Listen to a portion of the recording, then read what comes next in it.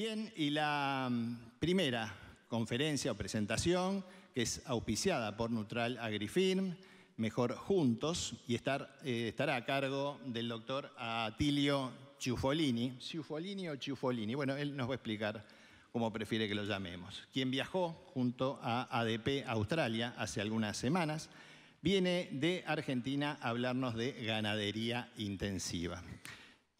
Bienvenido, Atilio.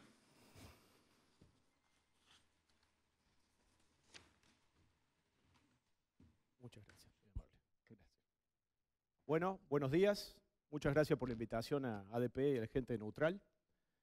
Este es un poco el recorrido propuesto. Me han pedido que hablar algo de intensificación e integración o coordinación de la cadena. Creo que en la parte de intensificación vamos a estar un poco más cómodos porque la información es convergente, digamos. De la parte de coordinación de la cadena vamos a dejar algunas opiniones. Pero un poco esta es la propuesta. Vamos a hablar de estrategias de recría y su efecto residual sobre la performance posterior en el feedlot y si específicamente podemos aumentar los kilos de carcasa producido. Vamos a hacer un recorrido de estas características, como para introducirnos los desafíos globales de la producción de proteínas de origen animal, básicamente cuáles son los desafíos de aumentar los kilos producidos de carcasa, qué efecto tiene la recría, obviamente sobre la eficiencia y la performance durante todo el periodo de engorde, algo de eficiencia de conversión en Uruguay, empezar a rediscutir este concepto de punto óptimo de venta. En líneas generales, el mercado es más dinámico que el conocimiento técnico. Cómo más o menos funcionan los animales tiene una tasa de progreso del conocimiento mucho más lento de cómo cambia el mercado y la relación insumo-producto. Con lo cual siempre encontrar el óptimo es un desafío más por los movimientos costo-precio que obviamente por cómo el conocimiento técnico nos permite hacer más cosas. O sea que es interesante empezar a abrazar este concepto. Y por último vamos a hablar un poco de posibilidad de coordinación de la cadena. Bueno, un poco para introducirnos rápidamente, los dos drivers de lo que hemos visto del gran superciclo de precio de commodity en los últimos 10 años ha estado sustentado en dos cosas específicamente. En la búsqueda de la seguridad energética de los países desarrollados y de la búsqueda de la seguridad alimentaria de los países en vía de desarrollo. Algunos de estos países utilizando aceites para hacer biodiesel o obviamente maíz para hacer alcohol y obviamente, como vimos, la demanda es asiática buscando la sustentabilidad desde el punto de vista de la seguridad alimentaria. ¿Y qué es lo que hemos visto en esta tendencia de los últimos años? Que ha habido una cesión fuerte de superficies. La ganadería global ha perdido alrededor de unas 60-65 millones de hectáreas, que era la mejor superficie ganadera que teníamos disponible, y lo que se ha expandido específicamente es lo que es la siembra de oleaginosas y cereales, para abastecer esas dos demandas que habíamos visto. Con lo cual, en ese sentido, se le ha quitado recurso a la ganadería global. Hay un montón de superficie dedicada, como puede ser a lo que es trigo y arroz, que es bastante estable, pero lo que es grano y soja ha subido. El trigo y arroz se lo come directamente las personas, participa un 50% de lo que es las calorías globales, digamos, mundiales, mientras que el maíz y la soja la comen las personas a través de proteínas animales que son transformadas previamente, y eso ha sido lo que ha un poco definido la recesión de superficie en los últimos años, empujando por supuesto el precio de la tierra, y viendo estas tendencias en la aceleración de la productividad. A medida que se expande la población humana, aumenta obviamente la productividad relativa de proteína, con un comportamiento bastante estancado de lo que es la producción específicamente de carne.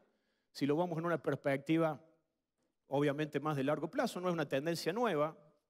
Fíjese que la producción de carnes en general o de proteínas animales sigue a la expansión de la demanda mundial, pero mientras la leche sube, los huevos suben, los parrilleros suben, la producción porcina sube, la producción de carne decrece en relaciones per cápita. Y básicamente eso se aceleró un poco por las tendencias que vimos últimos. No es que se produzca poca carne o los países que demandan carne produzcan poco. La producción es grande, el comercio mundial es mucho menos, casi todo el comercio mundial de proteínas animales está por debajo del 10%, salvo específicamente el comercio mundial de carne vacuna, que está empezando a superar o estar en el rango del 10 a 20%, porque específicamente este tipo de especies utilizan ambientes controlados, digamos, con lo cual yo puedo producir proteínas animales en cualquier lado porque compro comida, compro instalaciones, un galpón, es capital intensivo. La producción de carne no ha podido confinar la vaca de cría de manera económicamente sustentable, con lo cual no produce carne el que quiere, sino el que puede, y el que puede tener recursos ambientales para tener vaca de cría, porque en realidad no está el cosa como el comercio mundial de invernada y se arma alguien un filo en China con invernada uruguaya. Consecuentemente ahí todavía sigue operando las ventajas comparativas de la descripción de Adam Smith del siglo XVIII. Consecuentemente, síntesis inicial de este comienzo: la producción animal global se ha intensificado en los últimos años, utilizan menos cantidad de tierra, la producción de aquellas especies que convierten de manera más eficiente aves y cerdo seguirá creciendo a un ritmo mayor que la producción bovina. El boom de los biocombustibles generó altos costos de alimentación y ha disminuido el crecimiento de la ganadería. Eso ya está en remisión y lo hemos visto en el precio, obviamente, de soja y maíz de los últimos 4 o 5 años. Y clima mediante se espera moderación del precio de las materias primas, que es lo que ya sucedió, y retorno a niveles de crecimiento de producción y consumo de productos de origen animal, con una intensificación, obviamente, del comercio mundial, específicamente de carne vacuna como tendencia. Un poco para empezar a definir la intensificación, este es un gráfico que a mí me gusta bastante. Muchos les gusta lo que es la tasa de extracción, pero es en realidad la producción, esto como ejemplo está Estados Unidos, kilos de carcasa, por el lado de lo que sería la producción del lado de la invernada, no dividido sobre el stock total, sino sobre la cantidad de vientre en existencia. Entonces vemos, obviamente, Estados Unidos, estamos en 300 kilos de carcasa por vaca de cría en existencia. ¿A dónde estamos específicamente? En Argentina o en Uruguay, esto no es más ni menos que la producción de INAC 2017 dividido el stock de vacas de cría, 120 a 130 o 125 kilos de carcasa por vaca en existencia, con lo cual denota una brecha tecnológica de posibilidad de producción bastante amplia, ¿sí? Si vamos a estudiar un poco más en detalle, tomando como referencia lo que podríamos hacer el mercado de máxima producción potencial, de máxima adopción tecnológica, vemos que Estados Unidos está en una producción de kilos de carcasa de alrededor de 380 kilos promedio nacional, con 626 kilos de peso de faena en el 2017 y 61 de rinde. Los novillos en Estados Unidos de carcasa 409 kilos, las vaquillonas 374 y las vacas 300. Este es un mercado, obviamente, en donde las vacas son grandes, se pueden usar implantes, hay moduladores de producción de carcasa como los beta-agonistas, todo se termina corral, sobran grano, etcétera, etcétera. Máximo nivel de presión genética sobre crecimiento. Y si empezamos el derrotero de dónde están el resto de los países en equivalente carcasa, vemos que Australia, no porque sea un país menos desarrollado, sino porque es un ambiente mucho más hostil, solamente 3,6 millones de cabezas de 8 se terminan a corral. Obviamente tiene mucha menos cantidad de grano, pero están 299 kilos. Y detrás de eso empieza a aparecer el pelotón de lo que podría ser Sudamérica. Uruguay 247 kilos, Brasil 240, Paraguay 247 kilos. Y acá Argentina, raro, porque es un país con mucho filo, con mucho grano, con baja carcasa, pasan cosas raras ahí, digamos, pero evidentemente estamos en una equivalencia de 1964 en producción de kilo de carcasa con relación a lo que podría ser la producción del siglo XXI. Lo cual denota la naturaleza de capacidad ociosa instalada, no solamente en las vacas de cría. El apuntalamiento de la producción por el lado de la vaca de cría es la reproducción, el apuntalamiento de la producción por el lado de la invernada es producción kilo de carcasa, con lo cual tenemos una gran brecha de mejora. Por supuesto que estas son las ganaderías de la tecnología de proceso. Cuando tengo precio, mi foco es la producción. Estas son nuestras ganaderías de la tecnología de insumo. Todos nosotros acarreamos en nuestra cultura el no gastar. Consecuentemente, si yo no tengo precio, el modelo es de no gastar. Si yo tengo precio, el modelo es de producir. Pero la buena noticia, obviamente, que tienen que transmitirse las señales pertinentes como para estimular del lado de la oferta.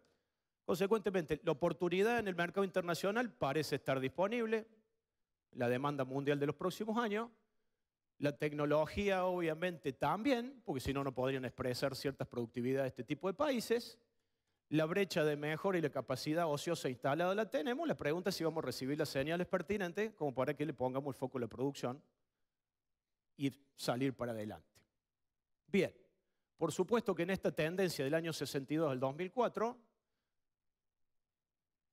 en el año 62 las vacas eran chiquitas, se agrandaron, pero inclusive después de este New Type, los kilos de carcasa siguieron subiendo, se moderó la altura, pero no la conformación y el volumen muscular. Y básicamente, si uno ve las líneas negras del Angus americano, la tendencia a la presión de selección por crecimiento y por carcasa tiene una correlación lineal con lo que terminó pasando, obviamente, en el mercado y sigue. Consecuentemente, los EPD funcionan, la genética funciona. Y esa genética, este es un ejemplito rápido, de acuerdo al sistema de alimentación, ¿cuál es la performance y las características de la carcasa? Varias observaciones, pero rápidamente lo que dice acá es qué pasa si yo un animal lo termino a corral o lo termino en una pastura. Entran del mismo peso, no terminan del mismo peso, no ganan igual, la expresión de la carcasa no es la misma, el área de ojo de bife es menos, el espesor de grasa dorsal por supuesto que es menos, se engrasa mucho más lo que es grasas internas, el rendimiento se apalanca y la calidad también, y eso es absolutamente, altamente significativo, ninguna novedad. Si yo tengo una vaca lechera de 35 litros en un estabulado y la tiro a un campo, no va a expresar su genética. Con lo cual, tengo una propensión deformada a decir que estamos sobreinvertidos en genética y subinvertidos en manejo. No expresamos normalmente la genética que tenemos. No es para que se me enojen básicamente los que trabajan en genética, porque no vamos a renunciar nunca a seguir mejorando, pero ya la genética que tenemos bovina no se expresa en un sistema pastoril. Ya hemos perdido ese nivel de rusticidad como para que estas cosas sean iguales, situación que le pasa a todas las especies. Compro un híbrido de maíz y no lo manejo, no va a expresar la genética. Tengo una vaca lechera de alta producción y no la manejo, no va a expresar la genética. Cerdos, aves, etcétera, etcétera, etcétera. Nada nuevo. Una típica curva de crecimiento. Y acá me gustaría definir, cuando nosotros compramos un toro, en realidad estamos comprando una curva de crecimiento y un envase que nos va a permitir producir kilos de carne. La madurez del lado de una vaca de cría, por supuesto, pueden ser de diferentes tamaños. Esto está exagerado para fines netamente comunicacionales. Pero en líneas generales, la madurez del lado de la vaca de cría sería definido como el peso de un vientre a los 5 años en condición corporal 5. Esa es nuestra referencia de peso. Esa referencia de peso está correlacionada con una referencia de un peso de un toro. Y obviamente esa debería ser en un sistema de alimentación competitivo el peso que expresaría su progenie alrededor de entre los 20 y 24 meses. O sea, dando de comer bien, yo voy a tener el peso de sus madres de condición corporal 5 a los 5 años entre los 20 y 24 meses. Y esta curva de crecimiento obviamente va a ser moldeada en la medida que incorporamos genética, cruzamientos, pesos diferenciales de reproductores para obviamente en los procesos de inseminación artificial. Esas curvas de crecimiento están dibujadas, pero esto no es ni más que lo mismo que los pesos de varios hijos de un mismo toro de entre los 12 y los 14 meses. Eso opera en la práctica y obviamente tenemos unas brechas de selección bastante grandes para hacer obviamente la selección que querramos, pero básicamente un poco demostrar esta transparencia para hablar de que no es un tema teórico, absolutamente práctico. Bien, estrategias de recría y su efecto residual sobre la performance en el feedlot. La falta de programación de las recrías, se podría hablar mucho de este tema, mucho más específico. Yo básicamente me voy a focalizar en poder dejar un mensaje fuerte, pero obviamente hay posibilidad de profundizar. Pero lo que sucede es cuando no programamos el crecimiento permanente y constante durante toda la vida del animal, esos retrasos del crecimiento y de desarrollo que privan de nutrientes resultan en no poder expresar la genética que el animal tiene. Entonces los animales no expresan ni el tamaño ni la masa muscular, con lo cual eso se asocia obviamente a menos expresión del peso final y exagerada deposición de grasa, sobre todo cuando intentamos terminarlo a corral, donde el animal se ve sujeto a un exceso de energía. Y periodos prolongados sin ganancia de peso y edad avanzada son causa y consecuencia. Pesan poco y acá vamos a tratar de incorporar un concepto. Cada vez que veo un animal, preguntarnos qué edad tiene. Porque qué edad tiene nos va a hablar de cuál fue su historia nutricional previa, y su historia nutricional previa nos va a empezar a dar información valiosa de su posibilidad de potencial de respuesta o comportamiento futuro. Y esto es un simple ejemplo. ¿Cómo le fue en el invierno a este animal? ¿Cuál fue la ganancia de peso? Fíjense que no son animales tan chicos, porque la recría se da entre 200 y 310 kilos. Ganancia de peso por debajo de 300 gramos, 500 y 800 gramos, bajo, medio y alta ganancia de peso durante el periodo invernal. Fíjense ya que la musculosidad empieza a estar afectada en la recría. El área de ojo de vista expresa eso y hay diferencias significativas. El que menos gana, menos desarrollo muscular tiene. Y después, cuando me voy a la fase de feedlot, perdón que la traducción se nos salteó. Cuando me voy a la fase de feedlot, ya el animal entra mucho más liviano, el que fue recriado peor. Cuando entran al corral, hay un efecto compensatorio. El animal que menos ganó compensa en el feedlot porque gana más que el que venía ganando más. Pero fíjense que la producción de carcasa no se compensa. Acá viene una primera conclusión. Se compensa el crecimiento en pie, pero no se compensa el crecimiento de carcasa. Hay diferencias significativas, inclusive el mismo espesor de grasa dorsal. Y esto es interesante. ¿Yo termino el animal en el corral? Sí. ¿Al mismo nivel de engrasamiento? Sí. ¿Expresé toda la calidad de carne genética, la cantidad de carne genética que tenía el animal? No. Y obviamente eso se ve en el rendimiento carnicero, porque el rendimiento carnicero se ve impactado, esa carcasa no solamente llega a su máximo nivel de madurez, al mismo nivel de grasa, sino que en líneas generales el rendimiento es menos y evidentemente la calidad de la carne. Si estuviéramos discutiendo esto, si estuviéramos hablando de marmoreado, tampoco compensa la calidad de carne. No se compensa ni la cantidad ni la calidad, y es una expresión de que el peso de carcasa, esta es la brecha histórica entre genotipo y ambiente. El ambiente me terminó robando algo que el genotipo tenía. ¿Sí? Se compensa el crecimiento en pie, no se compensa el crecimiento en carcasa, y animales recriados con ganancias bajas pierden kilos de carcasa, área de ojo de rife, rendimiento carnicero y marmoreado al mismo grado final de engrasamiento, y ese es un tema interesante. Rápido con esta otra. 3 tipos de recría y la terminación a corral. Al destete lo encierro en el corral, o si no lo meto en una recría corta invernal comiendo un verdeo y después lo meto al corral después de esa recría corta, o un animal de recría larga. Obviamente esta es la evolución del peso corporal y esta es la evolución de la grasa corporal. Fíjense que lo que termina pasando es cuanto más tiempo el animal está en el sistema pastoril, no engrasa. La ganancia por pastoril, podríamos decir, es descremada, digamos, es desengrasada. Tengo un animal que va a entrar muy magro al corral y después va a compensar ese nivel de grasa, pero la aceleración de la grasa, al destete viene con 4 milímetros de grasa. Lo encierro al ternero al destete y así acelera el engrasamiento, termina en 12. O después la recría corta, tampoco engrasó en el sistema pastoril, engrasa durante el filo. O en la recría larga le pasa exactamente lo mismo, cuando en general terminamos viendo qué pasó con las eficiencias en esos animales, recrías distintas, terminaciones similares. Vemos que el animal entra o se termina obviamente a pesos diferentes. El animal que se recrió más largo, este es un animal que termina muy cercano a los 22 meses en el corral. El que más tiempo estuvo en recría, más cuerpo echó, más peso final terminó. Pero la diferencia de carcasa es chica. El rendimiento carnicero termina sufriendo igual. Cuanto más larga la recría, menor el rendimiento carnicero. Misma observación que antes, a mismo espesor de grasa dorsal. Por más que en líneas generales este animal en el feedlot haya ganado más peso, fíjese que la ganancia de peso fue mayor en el animal que hace crecimiento compensatorio, fue un poco más alta, pero en líneas generales sigue afectando lo que es el espesor de grasa dorsal, la eficiencia de conversión, que se deteriora, me falta una, y no se compensa la calidad de la carne. Volvemos a lo mismo. En este novillo el rendimiento es menos.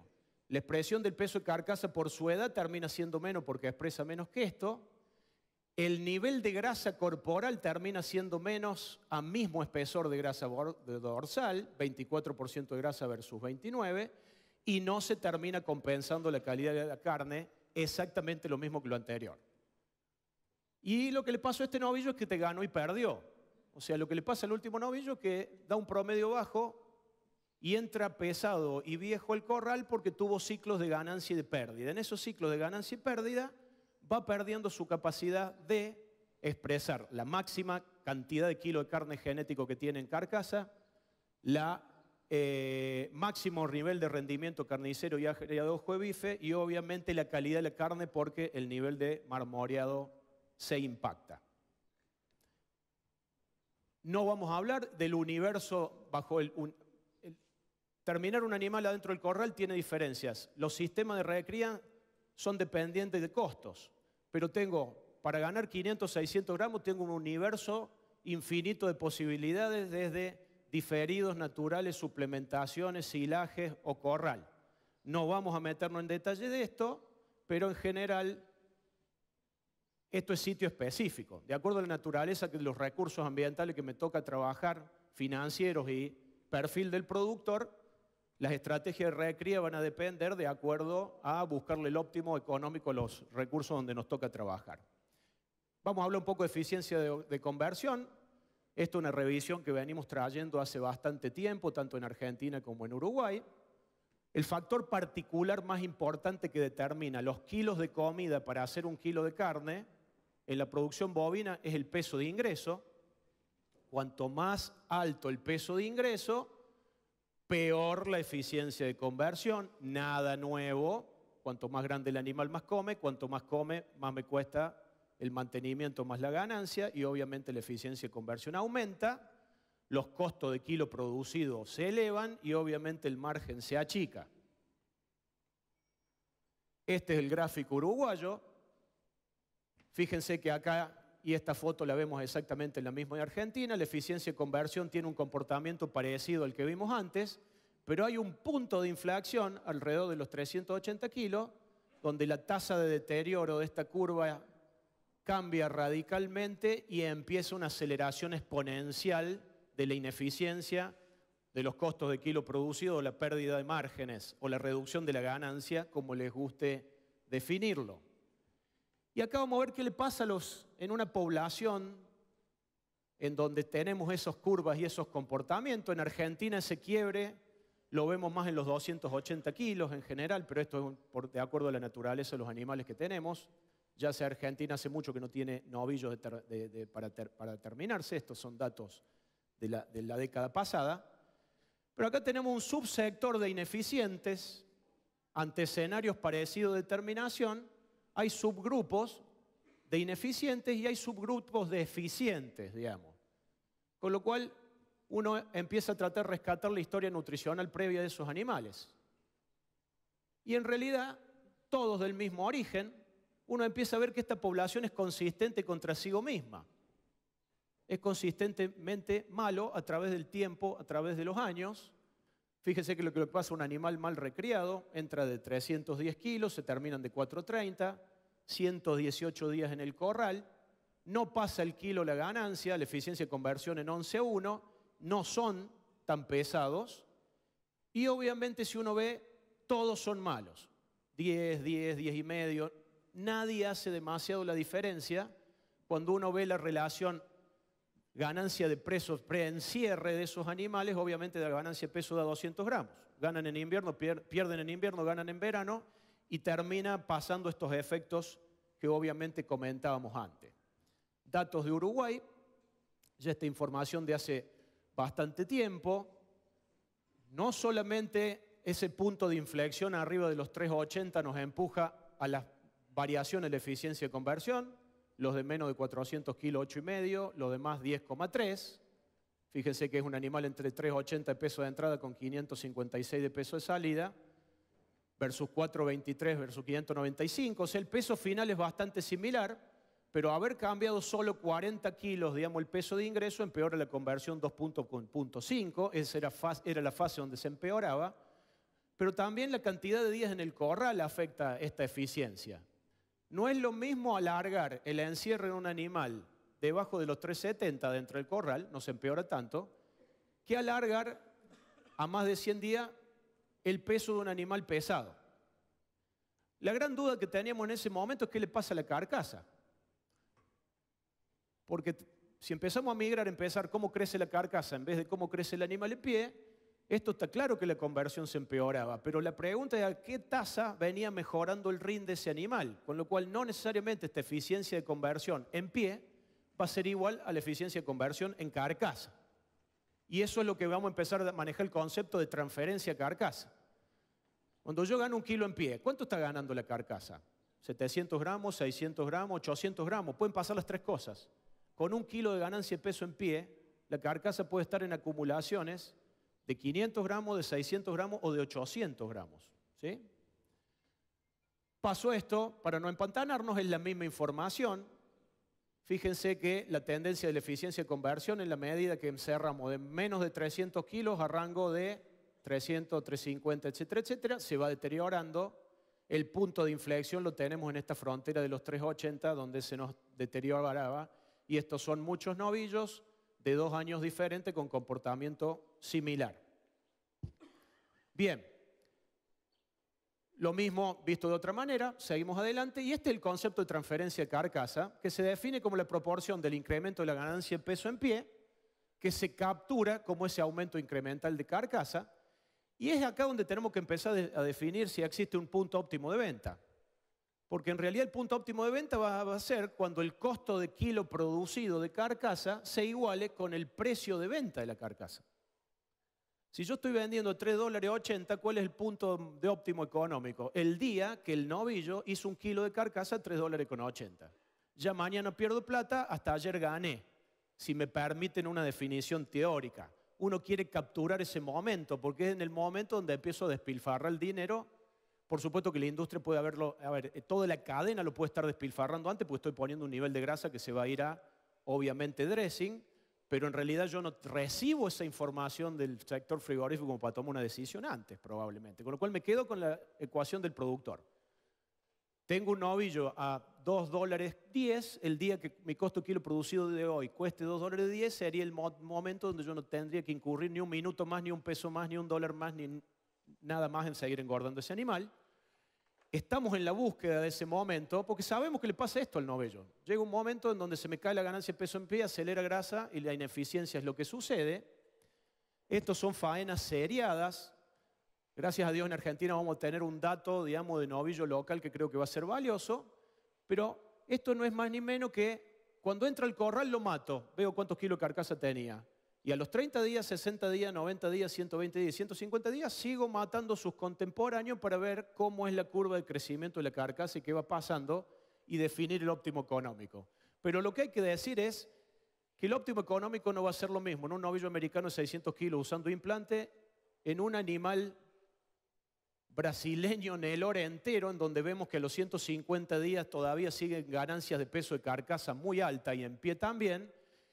Y me anticipo a datos que todavía no están publicados de Lynn Tanguil, de Aníbal por Domingo, lo que vemos con novillos moderados, británicos, con cierto nivel de edad, cuando los metemos al filo sin que los podamos implantar, es un poco lo que ya habíamos observado, digamos, o sea que valida la información que cuando los días son más de 100, 110 días, empieza a desbarrancar la transferencia carcasa de la ganancia de peso en pie, entramos a transitar la zona de la deseconomía, los costos de kilo producido a mayor aceleración que los que estamos produciendo por lo que vale, y lo que se empieza a ver en estos animales que empieza a haber mucha acumulación de grasa fuera de la carcasa. Más grasa pélvica, más grasa de riñonada, más grasa aumenta a tasas exponenciales que los cuales nos cuestan alimento sin que nos genere un precio de venta sobre lo producido diferencial. Si alguien nos paga la grasa aumental a $2 el kilo, probablemente rediscutimos el tema, porque esto es una cuestión de precio, pero en líneas generales son los datos preliminares, con lo cual en la frontera de los 110, 120 días en un buen filo probablemente tengamos que empezar a hacer los cálculos, cuánto cuesta la comida, cuánto cuesta el precio de novillo, para ver si podemos soportar la aceleración exponencial de la ineficiencia. ¿Qué estaría alrededor de estos niveles de grasa? 27, 28% de grasa en la carcasa, 8, 9 o 10 milímetros. Y olvídense, porque estos 140 días son para novillo americano, nosotros tendríamos que pensar en 110, es donde tendríamos que empezar a ponernos nerviosos de qué es lo que estamos haciendo en retener ese novillo más tiempo en el corral. No es ni más ni menos que esto, parecen iguales, pero empezamos a generar, por mal recriado, por exceso de corral, por etcétera, etcétera, cantidades de grasa. Este es un animal que hace un mal compensatorio porque no compensa músculo, empieza a engrasar prematuramente por malas recrías, es un animal mucho más engrasado y empieza estos fenómenos de exageración del engrasamiento de la grasa extra carcasa. Bien, radicalmente cambio de tema. Posibilidad de mayor coordinación de la cadena. ¿Es posible? Más allá de nuestro propio contexto, digamos, debería ser una pregunta que nos hacemos siempre. Y hay factores de índole institucional, nacional, a nivel empresa, digamos. Pero creo que es interesante tocar algunos ítems de lo que se vio en el viaje de Australia, digamos, si hay algún ejemplo bueno para traerse, es esto, es cómo evolucionó la industria australiana desde un commodity hacia el cliente y hacia el consumidor. Y en líneas generales va a seguir evolucionando para tratar de poder tener mejores descripciones al consumidor. Básicamente el foco en el consumidor es la clave para alinear los esfuerzos y las voluntades de la cadena cárnica, obviamente generando un sistema de comunicación y estructura de pago por énfasis en el valor. Hoy los australianos están empezando a hablar que lo que uno vende es experiencias en el consumo. La carne no es ni más ni menos que vender una experiencia de consumo. ¿Sí? En la medida que yo pueda tener definiciones precisas para que el consumidor valore, y Australia le exporta novillo en pie a Indonesia porque es faena halal, carne a Estados Unidos para meterle a la hamburguesa o carne guayu a $350 el bife ancho, digamos. Es un equilibrio entre lo que el ambiente puede producir, a dónde encuentro el mercado, cada corte para cada cliente y diferenciación total. Una ganadería diferenciada en donde no es que no tengan un 3 octavos gibudo con un novillo de mala calidad. Lo que pasa es que pueden identificar que eso va a ser así. ¿Cómo se hace para describir? Y acá vamos a avanzar un poco. Descripción específica de producto y una tipificación que también sirve a un nivel de transparencia comunicacional en la cadena para modificar los atributos de la carcasa y las prácticas del productor. Si yo sé que esto es mejor que aquello, sé que el precio va a ser diferente, y si el mismo productor que lo vendió sabe en qué estándar de calidad está, tiene las herramientas técnicas para modificarlo si los incentivos de precio le llegan. ¿Sí? Entonces, consistencia en la calidad, sin renunciar a eso nunca, y por supuesto habrá factores mucho más emocionales, bienestar animal, otras cosas que el consumidor o posicionamiento emocional de producto, que no es mutuamente excluyente, se suma por encima de lo anterior. Pero foco absolutamente en la definición, y este ha sido uno de los puntales estratégicos, digamos, el desarrollo de la tipificación australiana con foco en calidad, que se llama Meat Standard Australia. Le rebotón. Obviamente la cultura de la industria es la que determina la tasa de cambio de acuerdo al contexto tecnológico que se tiene. Pero el cambio debe ser cultural en la fuerza de la cadena con foco en el consumidor. Cada novillo vendido en Australia, y esto lo toman como una base, digamos, en donde la cadena se empezó a coordinar, paga $5 australianos por animal vendido, que junto con la trazabilidad de la salud animal son fondos que, si bien recolecta el Estado, administran los productores con foco en investigación y marketing, y básicamente son los elementos fundacionales de la diferenciación del producto y la coordinación de la cadena, de este branded beef de alta calidad. Y institución promocional, tuvimos con gente de la Asociación Australiana de Feedlot y en realidad se comunican con la gente del MLA, que es Meat Livestock Australia, y que son los que negocian los tratados de libre comercio en Europa, etc. Con lo cual la cadena está obviamente comunicada, con un denominador común que es que todos sepamos qué producimos. Como sabemos qué producimos, podemos modificar nuestras prácticas y sabemos cuánto vale en tiempo real.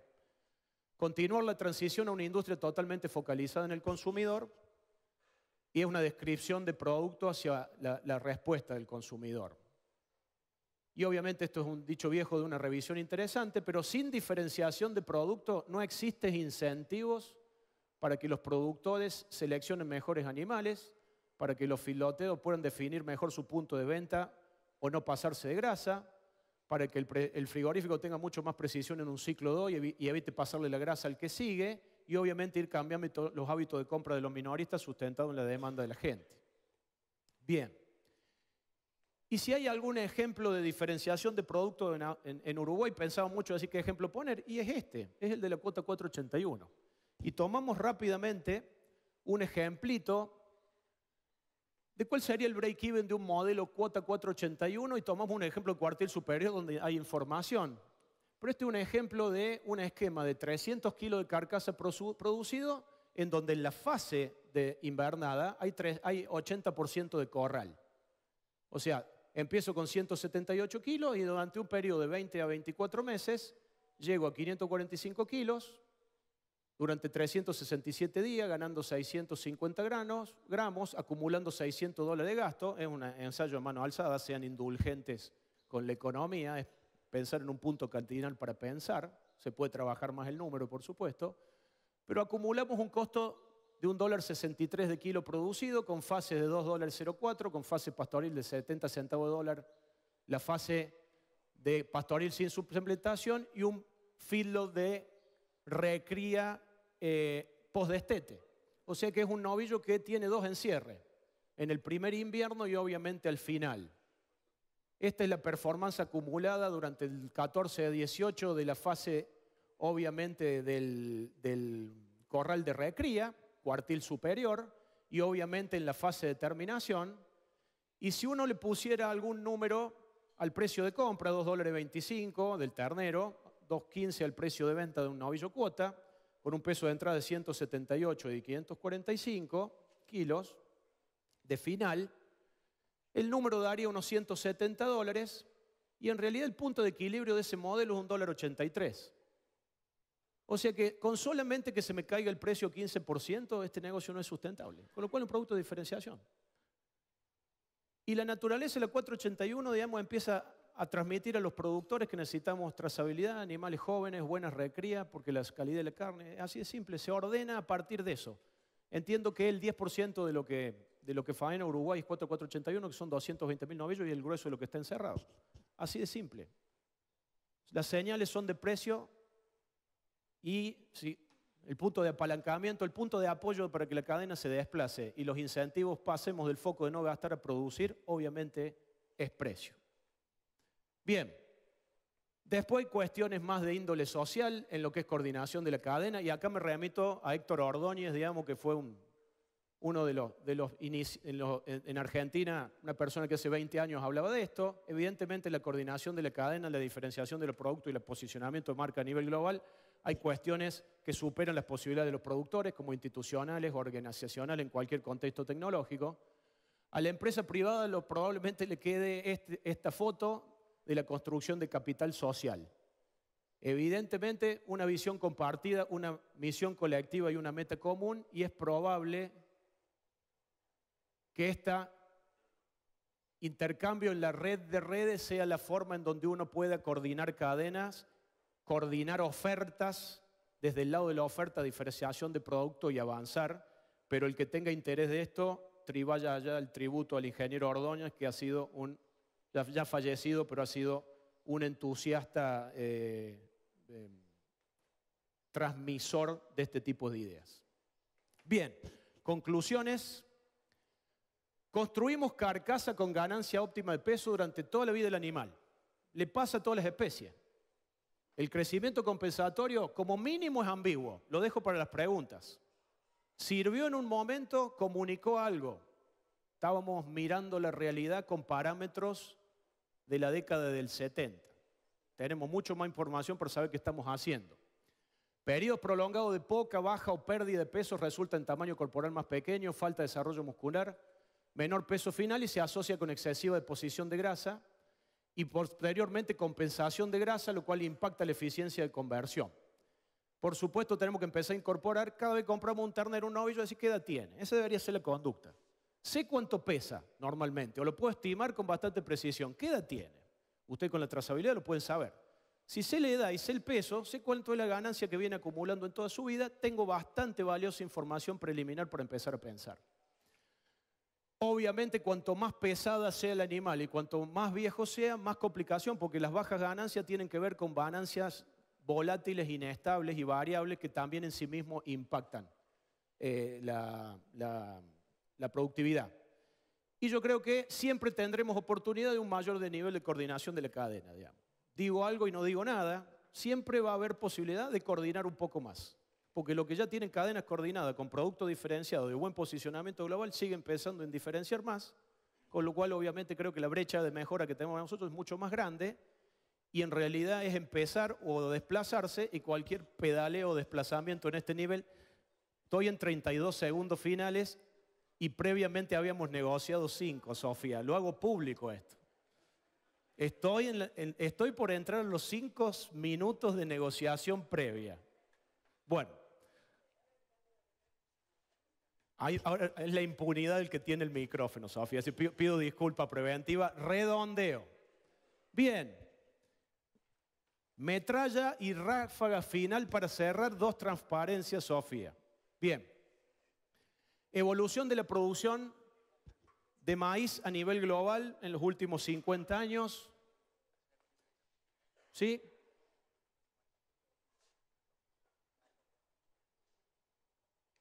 Este es David Hula. David Hula tiene el récord mundial de producción de maíz. El récord mundial de producción de maíz hoy está en 280 quintales por hectárea. Un equipo por hectárea. Lo viene batiendo, vamos a ver qué hace David en este año con récord general, pero eso es lo que produce una hectárea de maíz hoy.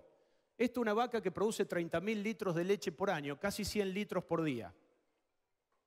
100 litros por día. Una vaca de cría produce 700 litros por lactancia. Con 700 litros cría un ternero, saquen la cuenta donde el ser humano ha empujado la producción de leche. Esta vaca podría criar 42 terneros. No fue creada para eso. El ser humano la tomó como un mecanismo de abastecimiento de comida y lo llevó a ese lugar. Eficiencia de conversión de piscicultura, 1:1. Producción de carne, 6:1. Hoy en Argentina ya hay criadores de cerdo produciendo 3.200 kilos de carcasa por cerda en existencia. Y obviamente, visto en esos términos, nosotros tenemos más o menos la misma vaca que teníamos hace 10.000 años previa a la domesticación de animales y plantas. Más o menos la misma, da un ternero. No da 2, no da 3. Y el novillo lo hemos llevado grande o chico, pero en líneas generales no hemos tenido ganancia marginal y por eso creo que ha sido uno de los desplazamientos y por los cuales la ganadería obviamente no ha progresado ni por el lado del aumento de la productividad y no ha mantenido las posiciones relativas en el uso de los recursos, llámese capital tierra. De todas maneras, lo bueno es que la capacidad ociosa instalada que tenemos es enorme. Ni siquiera estamos usando la genética que tenemos, pero no significa que la capacidad ociosa global pueda responder. La otra cosa buena es que los países del primer mundo necesitan... A ver, el que está produciendo 380 kilos de carcasa, el progreso próximo marginal que va a ser muy pequeño. Nosotros tenemos todavía 120 kilos para producir con la biblioteca del siglo XX, no con las necesidades del conocimiento tecnológico de la era de las tecnologías exponenciales. Con lo cual, las posibilidades de captura es infinita, las señales deben ser transmitidas.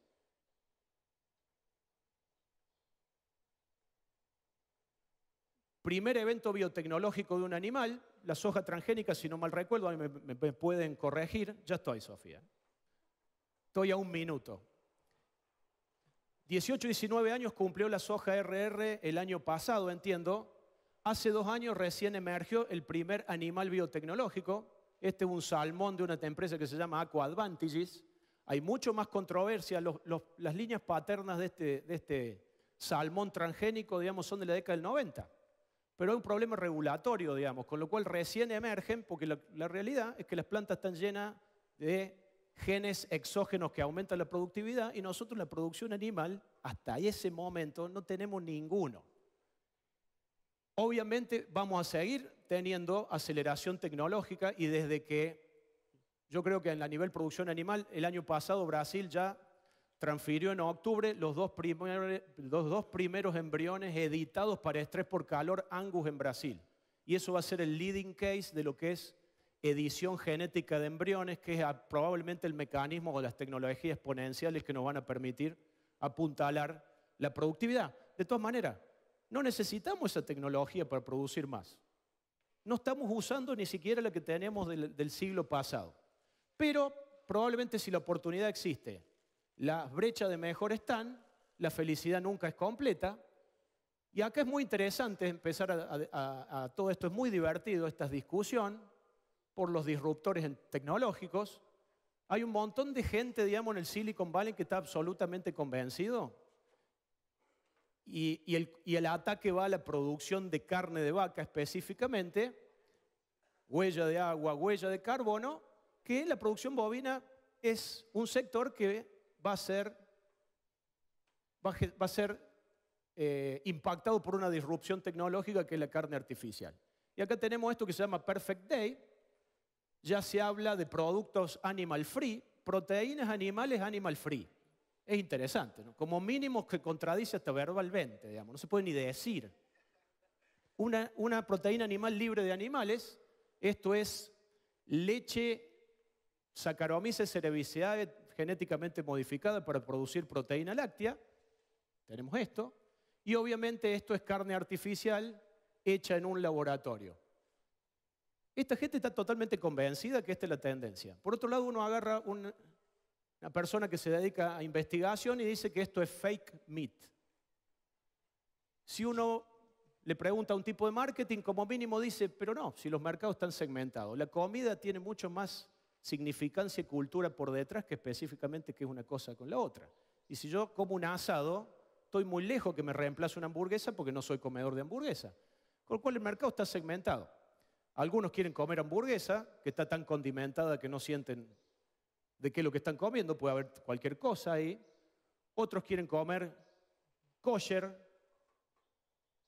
Hay algunas personas que tienen el tiempo para agarrar un búfalo de 8 años indio y cocinarlo durante 4 horas en un caldero, digamos, porque es más importante que sea halal, que en línea general tenga algún atributo de terneza.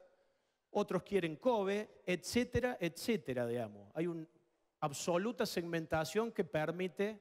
Y por otro lado, hablamos de los disruptores tecnológicos, hablamos de los que son investigadores, hablamos de los que están en marketing. Básicamente, todo el segmento que se dedica a ser productor y gerenciamiento, tendremos que tener un entendimiento de vigilante de los futuros puntos de disrupción, porque en líneas generales tendremos que seguir transformando la información en conocimiento, el conocimiento en acciones eficaces, que nos permitan tomar decisiones que hagan viables y sustentables en nuestras empresas para que felizmente idóneas manos de la próxima generación sigan siendo ganaderos en las próximas décadas, que por supuesto que van a ser muy divertidas y vamos a seguir en esa tendencia. Muchas gracias, obviamente, por su tiempo, muy amables.